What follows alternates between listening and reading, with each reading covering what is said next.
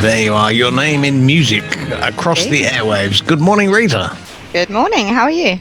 Well, very good, actually. Yes, I don't look in the mirror too often, as I've said before, particularly this morning.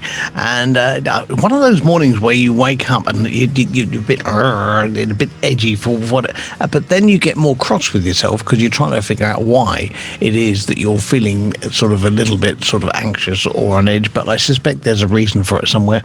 Anyway, I have no doubt that you'll probably be able to calm me and soothe me Oh, into another realm, which will be this morning. So, right, as I said off air just now, you're looking like a ray of sunshine with your colour scheme and it's beaming yep. through the screen here, beaming through the screen. So, what are we talking today, please? So today, considering yesterday the schools went back, we got a new prime minister who's obviously, taking the reins today. There's a lot of change and a lot of transition going on. So I thought that maybe we might talk about transitions and actually how they can affect people because it's quite a tough, time. If you take children, for instance, any transition, no matter how small, suddenly creates a shift in emotion.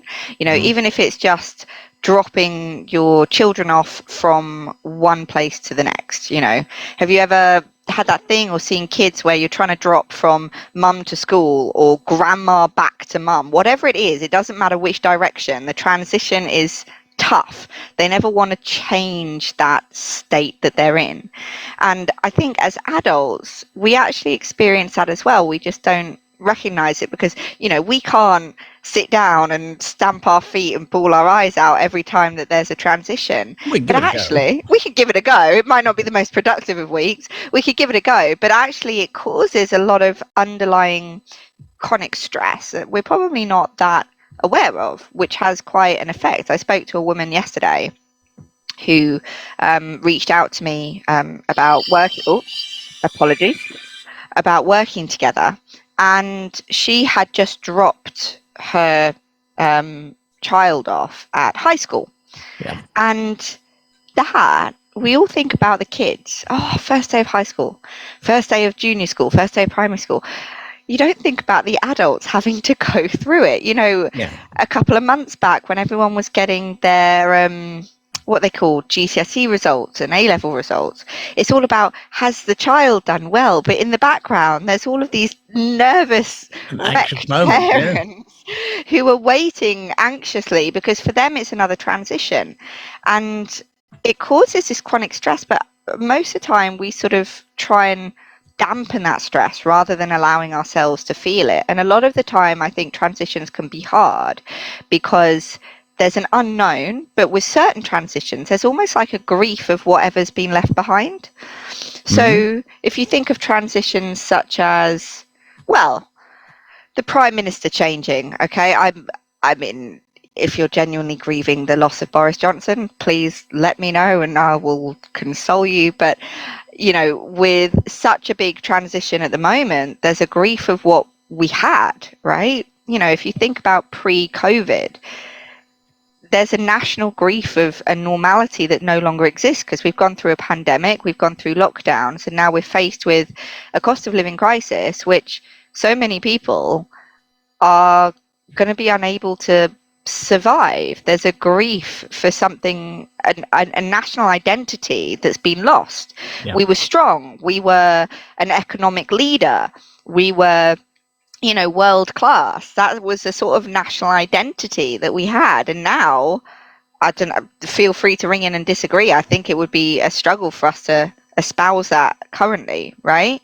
And it's the same with anything, like a divorce. It's a transition, but there's a grief, not necessarily for the other person. You've got divorced for a reason, but a grief of a version of you that no longer exists. Is Or it one of those things whereby I think this might apply to an awful lot of people. We are very conscious and we're not the sort of people who enjoy change. A lot of people like things, A goes to B goes to C and all the rest of it. And if something comes up inside that and upsets that repetition or that structure, is that not the thing that when people then struggle with the fact that we don't endorse and we don't celebrate change, do we? No, so we don't celebrate change often unless it's disguised with a word that we can associate with success. So promotion. Promotion we would celebrate. Now that is change. It's just change under the guise of a word that has some sort of positive connotation. On the whole, change is nerve-wracking because safety is probably the number one human need that most people are working towards. So in my sort of system, so what I take people through when I work with them, we call the change 6-step coaching system. And the N in change stands for need. And there's the 6 C's of human need. We all need certainty. That's the first C of need. And certainty is number one, what everybody's looking for. You think of like a hostage who's been, I don't know, those stories of hostages who have been kidnapped and kept hostage for 20 years of their life, right? One day there's an opportunity for them to escape. Something happens, but they don't. Why? Because the fear of the unknown outside of what the hostage has provided is more scary than remaining in the situation that they are. Because yes, they might be in a dark cellar and not able to see anyone but this particular person and treated like a subhuman, but they have certainty because they know what's coming every single day. They know what's going to happen, and that creates a level of security. So certainty is the biggest thing we look for.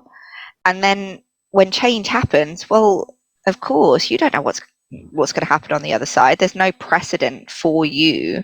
So it's terrifying. And those transitions happen all the time. You know, when kids leave and go to college, university, there's an identity shift for both them and for the parents. You know, the parents grieve because they're not only saying goodbye to their child into the wider world, but those parents now, their identity of I am, I don't know, Jack's mum, and my role is Jack's mum and I look after Jack. Jack's no longer in the house. That is not my identity anymore. So what am I?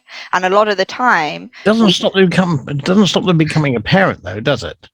No, it doesn't change the fact that you are a parent, but our roles, our primary roles, shape our identity. And if your identity is every day I am Jack's mum, every day I look after Jack, every day I make him breakfast, and now Jack's no longer there because he's at, I don't know, Oxford, then that identity that someone might have held for 18 years of their life has gone. Right. Yeah, I see. And so there's a grief of a part of them that's no longer there. And there's often with transition a slight sense of in the woods, darkness. What am I? And it's not because of the superficial change that's happened. It's because of the identity shift that's happened. When you like get a rabbit in the headlights, whereby they're not quite sure what to do next because the normality has been changed. So people then feel sort of disjointed from where they were.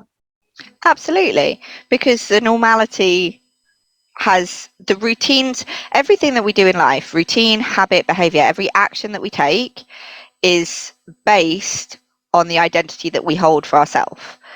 And as soon as that identity shifts, the actions no longer match. So if we have an identity of I am a smoker, your habit, your action is you're going to smoke. If you now have an identity and you shift it to say, I'm not a smoker, if you then had a cigarette, it would feel weird because you shifted an identity, say, I'm not a smoker. So if you had a cigarette, it just doesn't match. And it's the same, that all of the actions that, let's say, Jack's mum, for anyone who might be a mum of a Jack, sorry, I'm just using it as an example. Jack's mum, whose actions every day is put breakfast on the table for Jack, sort out Jack's laundry, I don't know, drive Jack to college, drive Jack to school, whatever it is. All of these habits were based on being a particular identity. And now that Jack's gone off to, I don't know, Glasgow University, miles and miles and hours away, all of those actions obviously wouldn't make sense because the identity's gone. But then who's the new identity? And a lot of the time when we get in a role for so long, and you see this in promotions, people moving up to management from maybe just one of the people, and it feels very odd for them because it's a very different way of being, is that when we get stuck in a role for so long, an identity for so long, and it shifts, we can't remember who we were before that role happened. And so we sort of start to grieve a kind of a certainty. I am certain this is who I am. This transition's happened. This is not who I am anymore. Who am I? And then it's quite a challenging thing to do. So it was something that I think, need to give ourselves a bit of slack, be kind to ourselves, but also take time. The biggest thing with transition is if you feel a little bit iffy, you'll feel it in your body. A transition that's making you nervous, you'll feel it in your chest, you'll feel sweaty palms, you'll get dry throat, you'll get a sort of knot in your stomach. People feel, your body will tell you if you're not feeling completely comfortable, and the first thing to do is just to sort of take time to ask why, because we're so busy rushing from here to there, reacting to a million different stimulus, emails, phones, all sorts of things. Even during this, my phone decided to ring. We've got so much stimulus that we don't take even 2 minutes to just sit with the feeling and go, what does that actually mean, and how can I help? We just bury it and bury it and bury it, and then often we never resolve it. So yeah, I think everyone needs to take some time in those moments to just reflect a little bit. So, do you think that people, there are a few people I know that if the equilibrium changes and stuff, they sort of go to pieces because they're so used to things in a particular way. And by the same token, though, surely there might be some people who have that ability to take that transition, that change in their stride.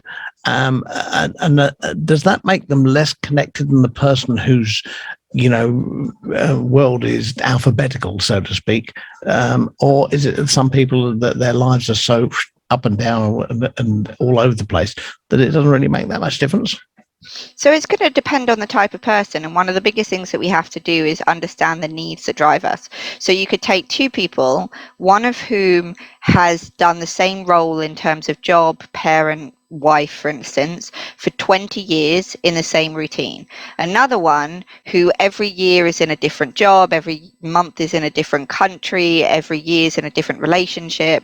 Obviously, one of them is going to be more at ease with change because their entire life has been an experience of change, whereas the other person has been in a certain role and probably change would be harder for them. So there's different experiences, but also people's core human needs are going to be weighted differently. So I always call the 6 C's of need: certainty, and I guess the other word is security. The second C is change.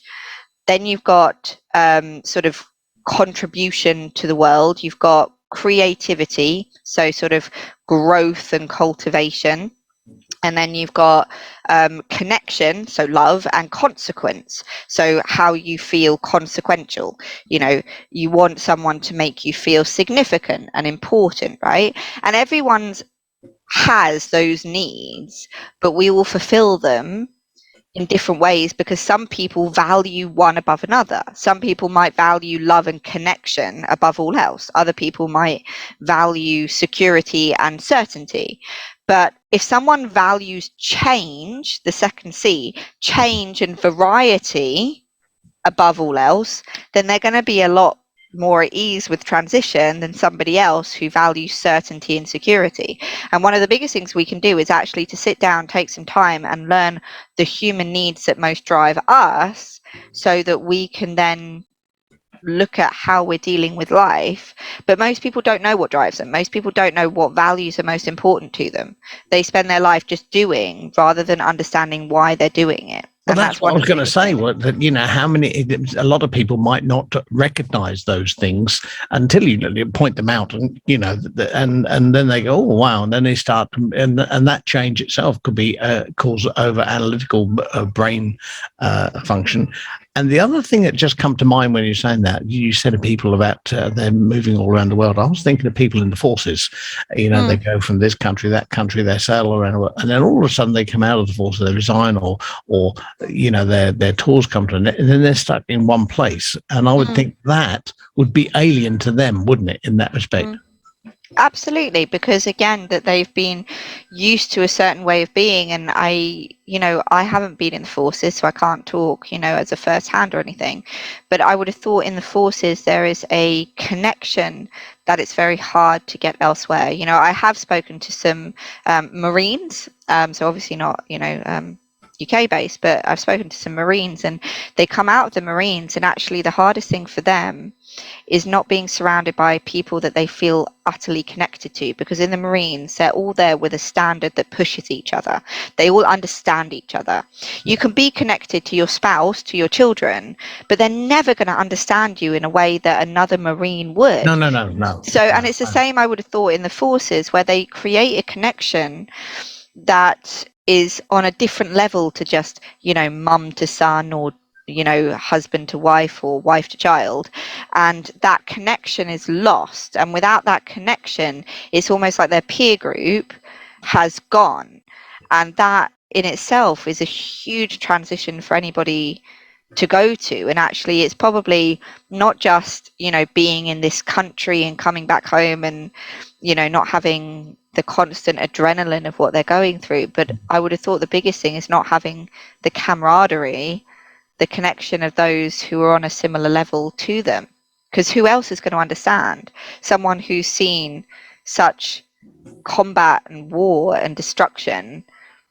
Civilians aren't going to understand it. We would be arrogant to try and pretend that we could, but then who have they got that surround them that they're going to be able to share that with? And then the connection is lost. They feel disconnected from themselves, and that's where sometimes we do see those problems arise. Okay, so for anybody who's struggling with transition or the change, however you want to word it, or things that are not the norm at this moment, which is going to happen. And as far as won't get into it now, but as far as the change in prime minister is concerned, I don't think it's going to make a scrap of difference either way. It's just a different name at the head of the tower, and that's it. That's my view, because I always think that these politicians say an awful lot. Oh, we're going to do this, we're going to do this, we're going to do that, and then when they get in the thing, they forget all about what they've said because they've got where they want to go. That's my view, but that's another story. Anyway, how do people get in touch with you, glowing Rita? So you can head to my website, thehealthandfitnesscoach.co.uk. You could email me, Rita, at thehealthandfitnesscoach.co.uk. Shoot me a WhatsApp, 077 6969 0679, or find me on any sort of social media, Rita Trotter or the Health and Fitness Coach, and I'm sure I will pop up. Fantastic. Rita, thank you very much. We'll catch you next week. Be good. See you later. Get to that gym as soon as you can. I will. See you later. Ta-da, Rita. Bye.